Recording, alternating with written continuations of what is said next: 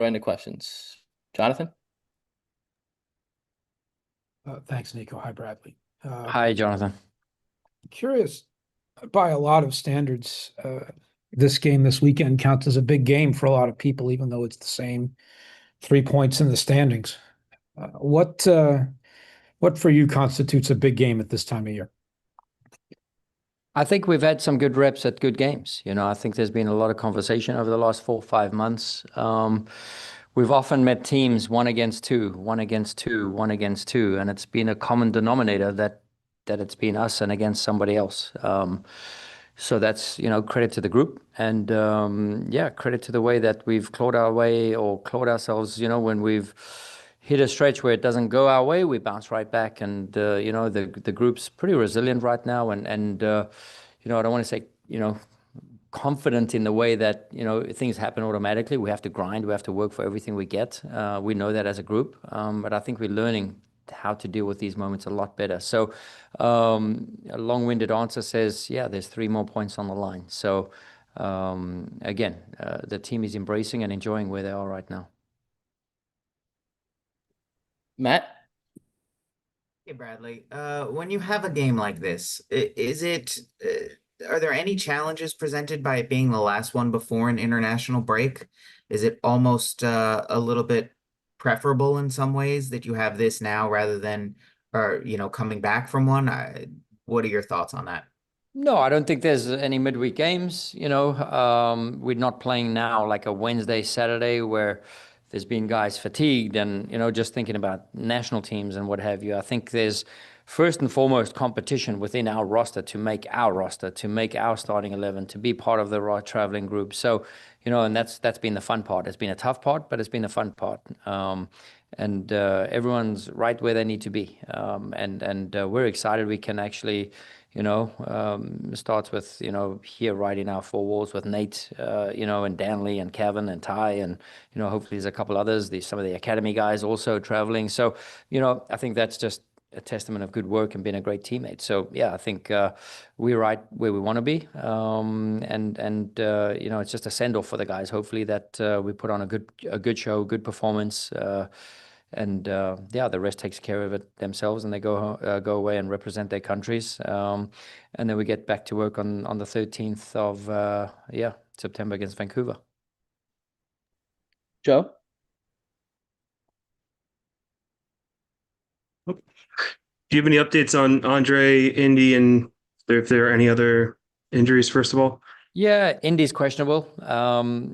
He's finally with the group.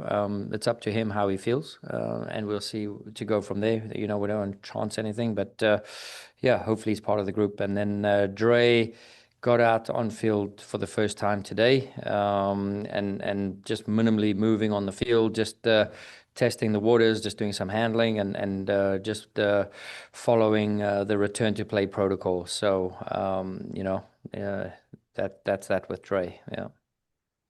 And then with the context of this game, I know you guys try not to put the emotion into games like this and try and keep it as level-headed and your game as possible. But it is a big game in the context of your season. How do you make sure that the emotions are kind of steady throughout the group, especially those first 15-20 minutes in a big road game like this? Yeah, I feel the first 3 games of this season were way bigger than this game. For me, setting the tone very early on, getting points in the bank, accumulating little streaks here and there, and going unbeaten through May. I think that's been the biggest challenges right now. Now, I don't want to say we've achieved something, but, the guys have a lot of credit in the bank. And, at this point now, I think it's excitement, enjoyment, freedom.